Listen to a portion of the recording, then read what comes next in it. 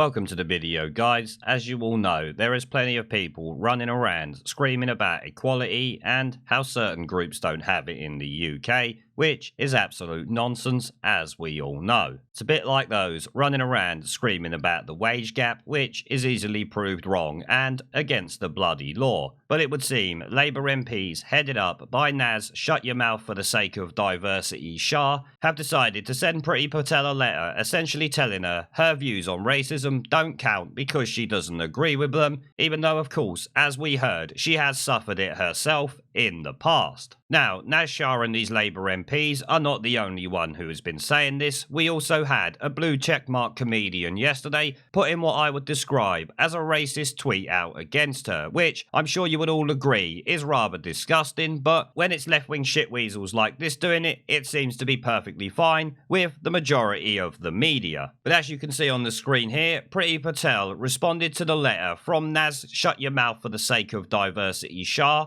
and the rest of these Labour MPs, who we will call out in a moment. She said, "Sad to have just received this letter. I will not be silenced by UK Labour MPs who continue to dismiss the contribution of those who don't conform to their view of how ethnic minorities should behave." In other words, because Priti Patel doesn't conform to the victimhood mentality that they want to push, her views are therefore not important and can be easily dismissed. And here we have the actual letter itself, which I must say is not the best quality picture going, but it will do for now. RE, shared feelings allow us to show solidarity, not gaslight other minority communities, which obviously the Labour Party and the left-wing media have been doing for many years. Dear Right Honourable Priti Patel MP, we write to you as Black and Asian ethnic minority Labour MPs to highlight our dismay at the way you used your heritage and experiences of racism to gaslight the very real racism faced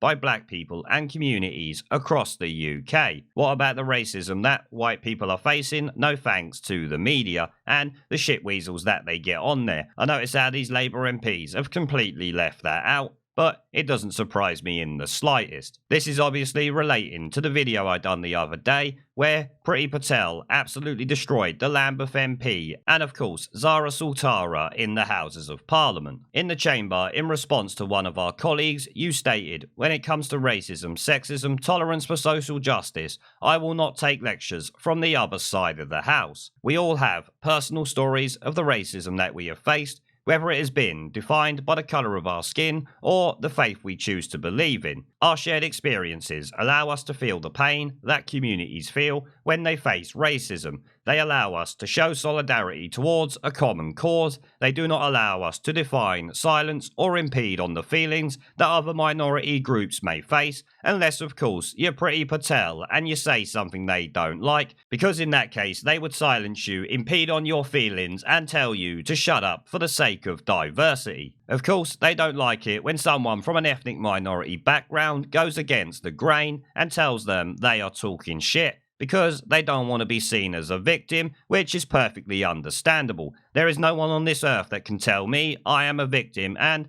they certainly wouldn't be able to tell any of the ethnic minority people I know personally that they are victims, because they would tell them to fuck off rather quickly and consider it to be rightly insulting, as obviously it is. Being a person of colour does not automatically make you an authority on all forms of racism. Well, maybe you should take that advice yourself, Labour MPs, and put it into practice, because you're essentially contradicting yourself there with this very email. You are trying to belittle Priti Patel's experiences and those who differ from your opinion, which, let me tell you, is a lot more people than you think. Structures of racism, hatred and inequality have many layers, and therefore, whilst it is true, there are some experiences of racism that we all face. There are also some experiences of racism that we all do not face. And all these so-called experiences of racism they're talking about are more than likely to be to do with classism, not actually racism, but that's a whole nother video entirely. Some forms have become acceptable in our communities, yet like racism towards white people or British people in general if they disagree with you. Others exist under the breaths, and many are built on an unconscious bias and systemic structures of power.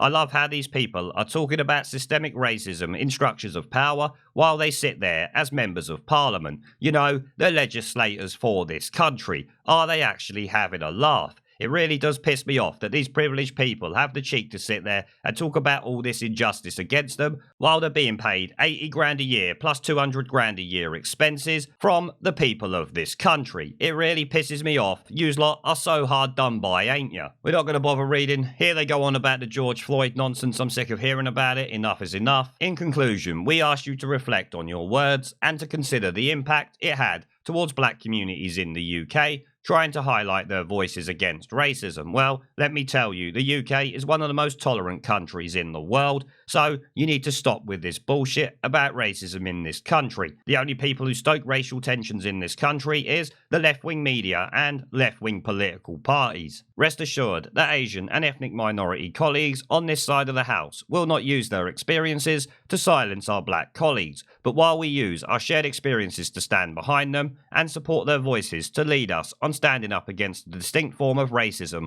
black communities in the UK and across the globe face. What an absolute mind-numbing load of bullshit, and it goes to show these MPs are not MPs, they are literally political activists when they put the hashtag Black Lives Matter in a penned letter. What an absolute bunch of morons. How is your hashtag gonna get anything on a piece of paper? It needs to be on the internet, you complete half-wits. And here we have all of the MPs who have decided to do it. I was going to read their names out, but there is a shitload of them on there. You know, the usual suspects are on there. We don't really need to bother with that. Now, as I said earlier, Priti Patel has also had to hit back at a BBC comedian mocked her in a vile Corrie tweet, which I actually retweeted at the time. Allies of Priti Patel have hit back after a BBC comedian mocked her with a vile tweet over sharing a curry, which, let me tell you, if anyone had sent that to a Labour MP who happened to be of the same ethnicity as Priti Patel, the shit would have been hitting the fan. The Guardian would have been smearing them for the next couple of weeks, along with obviously Sky News and the BBC. After Miss Patel vowed she would not be silenced on racism, Guz Khan posted a photo of the Home Secretary pulling a face with a caption saying, "Shall we have a curry for dinner tonight, Priti?" Which, as I've said, is fucking disgusting. Khan's followers then followed up with disgusting abuse of Miss Patel, who spoke in the Commons earlier this week about her experiences of racism, as I covered in a video. They threw back other racial jibes, saying she was a coconut and eats naan with a knife and fork. But sources close to Miss Patel said the tweet by Khan, who appears on BBC Three, was vile. They told the Mail Online in the weeks where she spoke movingly about the racist abuse she had faced all her life to get this from another person of colour is beyond ironic. No, I think you'll find if they're left wing, it doesn't really matter what colour you are or what colour they are. Others on Twitter also came to the Home Secretary's defence, accusing Khan of playing party politics in the row over racism, which, obviously, Labour and its snivelling shitweasel supporters are going to do. One accused Khan of saying racism is fine if directed at Conservatives. Another said his tweet sent a message saying it's not racist when we do it to Priti. They accused people of hypocrisy, saying some people in these comments need to think about their attitudes while simultaneously tweeting Black Lives Matter.